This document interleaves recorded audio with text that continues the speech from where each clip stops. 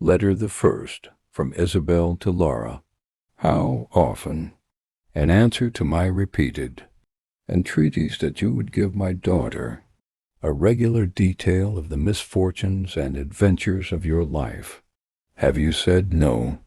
My friend, never will I comply with your request till I may be no longer in danger of again experiencing such dreadful ones. Surely that time is now at hand.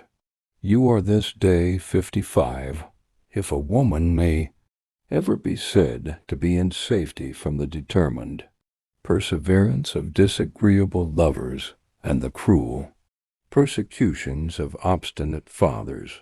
Surely it must be at such a time of life. Isabel. Letter second Laura to Isabel.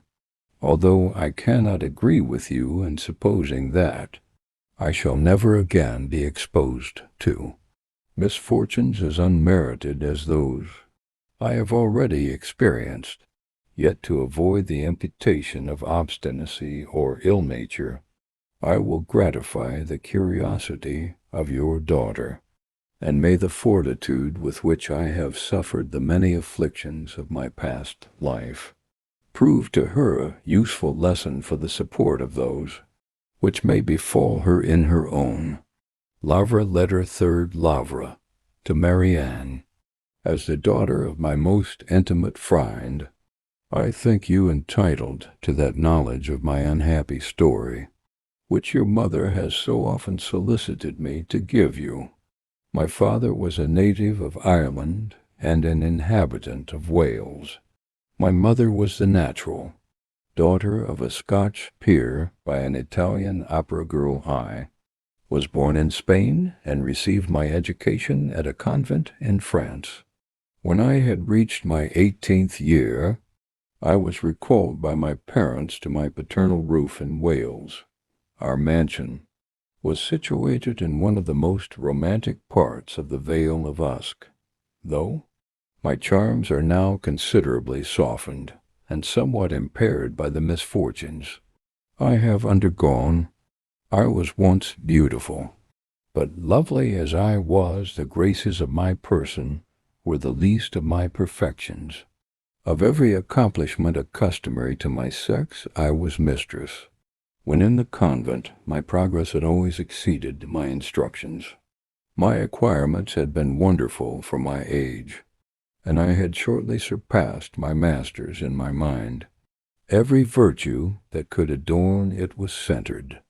It was the rendezvous of every good quality and of every noble sentiment. A sensibility too tremblingly alive to every affliction of my friends, my acquaintance, and particularly to every affliction of my own, was my only fault, if a fault it could be called. Alas, how altered now! Though indeed my own misfortunes do not make less impression on me than they ever did, yet now I never feel for those of another. My accomplishments, too, begin to fade. I can neither sing so well nor dance so gracefully as I once did, and I have entirely forgot the minuet de la cour. Adieu, Laura. Letter fourth Laura to Marianne. Our neighborhood was small, for it consisted only of your mother. She may probably have already told you that being left by her parents in indigent circumstances, she had retired into Wales on economical motives. There it was our friendship first commenced. Isabel was then 21. Though pleasing both in her person and manners between ourselves, she never possessed the 100th part of my beauty or accomplishments. Isabel had seen the world.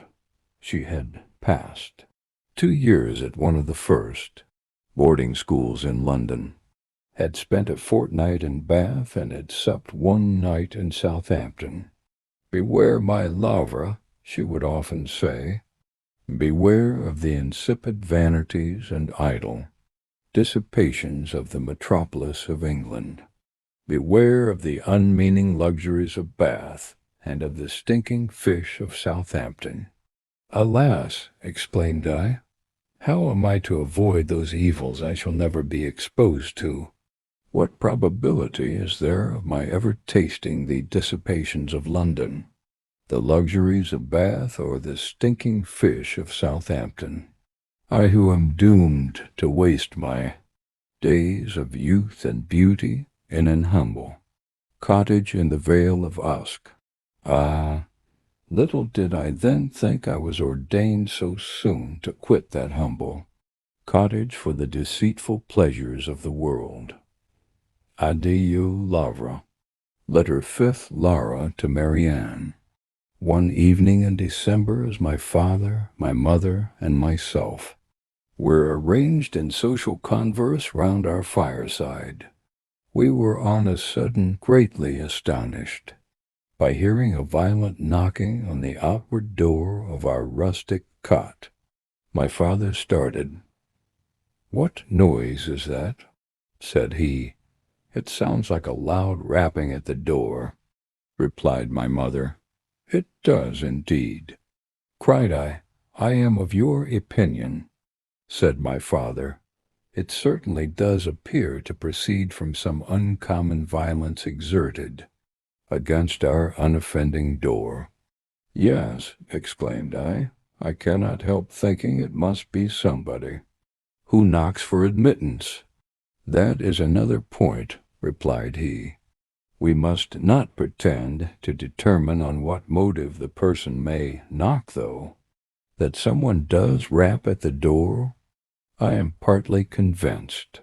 Here a 2D tremendous rap interrupted my father in his speech, and somewhat alarmed my mother and me. "Had we better not go and see who it is?" said she. "The servants are out." "I think we had," replied I. "Certainly," added my father, "by all means." "Shall we go now?" said my mother. "The sooner the better," answered he. "Oh, let no time be lost," cried I. A third more violent rap than ever again assaulted our ears. "I am certain there is somebody knocking at the door," said my mother.